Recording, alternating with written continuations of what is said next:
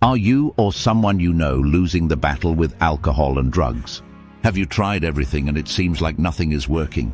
Are you at the point of giving up on yourself or that loved one? Well, if you are, you've clicked on the right video today, because I will show you another way to battle those addictions. In this video, we're going to show you how to battle these addictions with your mind. We will show you how the unrecognized power of the mind is available to help you develop self-control. Power that you never realized you had before. You would be surprised at the number of people who don't know that their mind at times is their number one enemy. You are not in a battle with drugs and alcohol as much as you think you are. Your battle is entirely with your mind. The cravings attack your mind. They torment you. They won't let you rest. You can only think of one thing. The pain of addiction lies in the powerful way that cravings can manipulate your whole mindset. So your plan to complete sobriety lies in the way that you tackle these cravings. You must learn how to manipulate your mind to combat them. In the book, Living the Virtuous Life, the author gives 20 mind hacks that help build this power. 20 hacks, which when practiced, helps build such an enormous amount of self-control that it will amaze you. Here is what he says about the book. I wrote this book, he says, to show someone else out there another way to break free from alcohol and drugs. This book will be for someone who has tried all the major steps to get free from their addiction. They may have already been to inpatient drug treatment or outpatient drug treatment, or through some miracle they've gotten sober. Maybe they went to jail, or maybe they just quit cold turkey. However, it was done. They're now looking for meaning in life. They are looking for meaning that will help eliminate the pain and suffering that drove them to the disorder in the first place.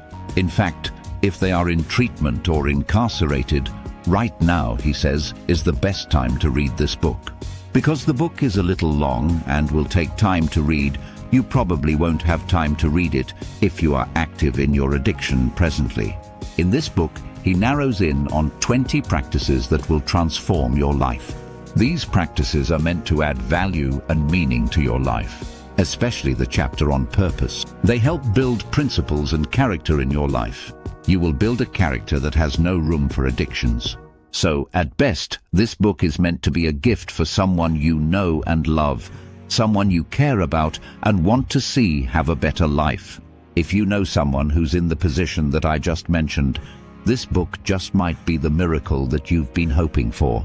It's not meant to replace any therapy or any other attempts that the individual may be undergoing to get sober. It's meant to be an addition to the therapy. Its foundation is basically the reframing part of a person's life that must occur in the process of getting sober. And it is important in the long-haul process of remaining sober and obtaining a better life. In the book, he quotes the Bible verse, "Be ye transformed by the renewing of your mind." This indicates that the way to transform yourself, which is something most of us need, is by renewing your mind. Isn't it interesting that a book written over 2,000 years ago could have such insight into today's issues? Well, the power of this book is in the fact that it acknowledges that issues change, but people don't. Human nature remains the same. So to look at this issue of the mind, we must first look at one of the other practices mentioned in the book. It is probably in itself the most important practice of them all. That practice is awareness. You must become aware of your mind. How much pain is it causing you? Do you control it, or does it control you? What are you putting into it, and what are you getting out of it? Is it a friend or a foe? You must learn to start thinking about what you're thinking about. Do you just allow your mind to run its own course? Experts tell us we are thinking 30 to 50,000 thoughts a day. Most of them are the same thoughts we think every day. How many of those are cravings? Yeah. To battle these cravings, we are going to have to change some of those thoughts. Which ones help and which ones hurt? Which ones are coming from my better self and which ones are coming from my lower self? These are all questions to be answered. So it all comes down to mindset. Is your mind set on getting free, or is it set on staying bound? Watch what you put into your mind. Remember, when you put garbage in, you get garbage out. That's pretty simple and straightforward. You become what you think about all day long. Shift your thinking from using to getting sober. Stop focusing on the problem and start focusing on the solution. Your answer to all of your problems is inside of you. A therapist can only help you go inside of yourself and find those answers.